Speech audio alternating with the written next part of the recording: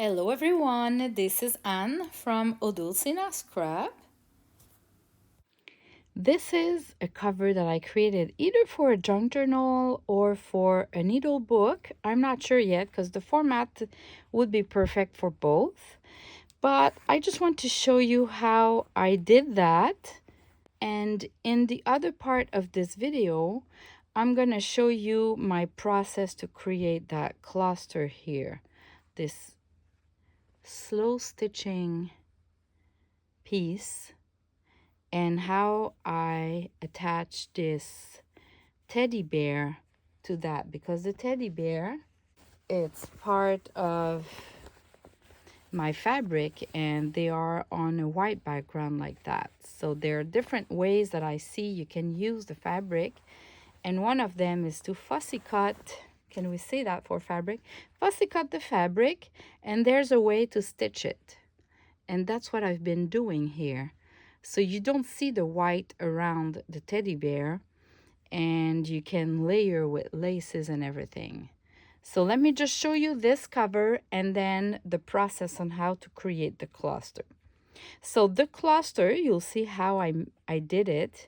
And I just took an old piece of quilt, really damaged and old, as you can see. And I attached at the middle some lace from Crafty Me Shop. This is Crafty Me Shop too, this part here.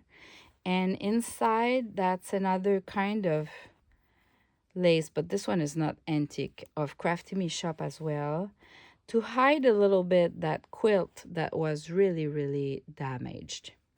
And it kind of create belly bands or kind of pockets there, but that would be perfect too, to attach some yarns or thread or silk ribbon if we do a sewing book with that, because there's a lot of holes, so you can just put a string through it. And I just sewn on the sides and attach some sari silk, a cute pink sari silk. And I sewn that snippet there on top of it by hand. So I just grab, I don't go through all the layers, I just sew it through the first layer of the quilt. Isn't it cute? So I'm not sure yet what I'm going to do with it, but I wanted to create a cover. And here you go. So let me show you the process of this teddy bear cluster now.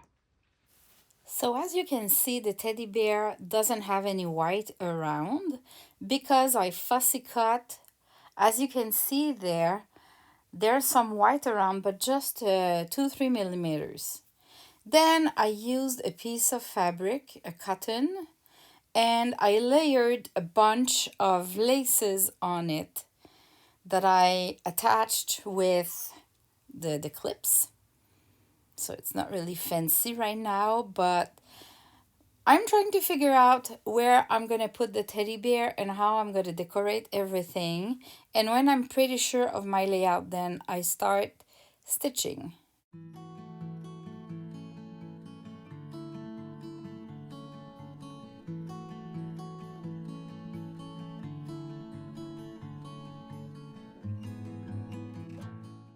I find that there is something very peaceful in the slow stitching. Even if my schedule is more than full, I feel like I should not allow myself to waste time with slow stitching. Well, I guess I need it. And this is something really new for me. I'm really a beginner with that. It's my first real piece of slow stitching, so I don't even know what else to do other than those straight lines that are not straight at all and they're not equally distanced. But from what I've been seeing, it looks like it is what it is, right? And slow stitching. So bear with me if I'm not doing it right. Over the time, I'll get better. But I just wanted to show you how I've done that little cluster with the teddy bear. And the most important part is how to stitch the teddy bear that has been fussy cutted, like with the fabric. So I just cut around with a good pair of scissors for fabric, and I've been able to leave maybe 2 millimeters of the white fabric around the teddy bear, and then I sewed it a way that I saw by watching the YouTube channel To Be Loved by Corinne. She's from Australia, if I remember correctly. Anyway, she's doing a lot of slow stitching, and I just love seeing what she's creating, and that inspired me a lot when she did some fussy cutting of flowers or birds from the fabric she had. And she kind of did, like, she's doing some sort of collage, but of fabrics and laces instead of papers, right? It's really similar to junk journals, but with fabric and laces. And as much as I love papers, I found that I have a deep love for fabric and lace, and that slow stitching and embroidery world, and even quilts. They all go well together, kind of, especially if you use those pieces to create junk journal covers and little clusters to decorate. It's kind of everything is melting together, and I just love it all.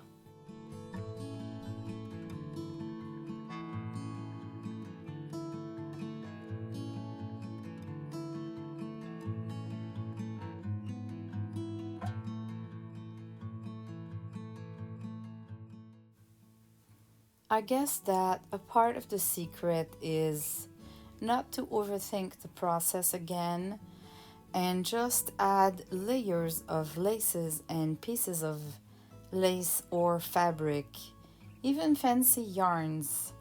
Um, and you just add more if you're not satisfied with that.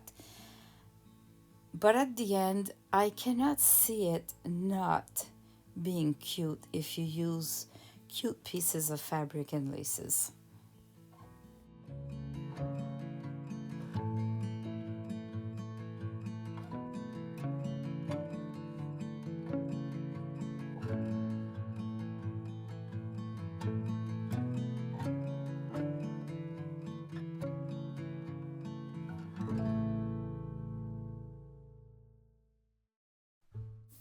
Attaching the fancy yarns is a little challenge. So what I've been doing is sometimes I twisted the yarns together or added a little knot, and then I've been able to sew the knot or sew through one specific thread of the fancy yarn. And that's pretty much what I've been doing for the fancy yarns. This is the last part. I just found that the teddy bear had not enough layers. Behind it, it was kind of too flat. So I'm using one of Crafty Me Shop laces, and I'm using just the border of that uh, lace. I just love all the swirls, and that big lace is just too big, but just if you trim a little portion of the side, you can make the best out of your laces. As you can see, just 1 inch of lace makes all the difference. So I'm trying around because I kind of have that lace too that I love. And as you can see, I'm trying to find a lace that is a little bit more ivory beige than white to create a contrast. And well, I never know where I'm going and how it's going to end up. So I need to try different options. And then I figure out if I like one of the version or not. And sometimes, even if I love a position of a lace, I still go and give myself 2-3 seconds to try another way.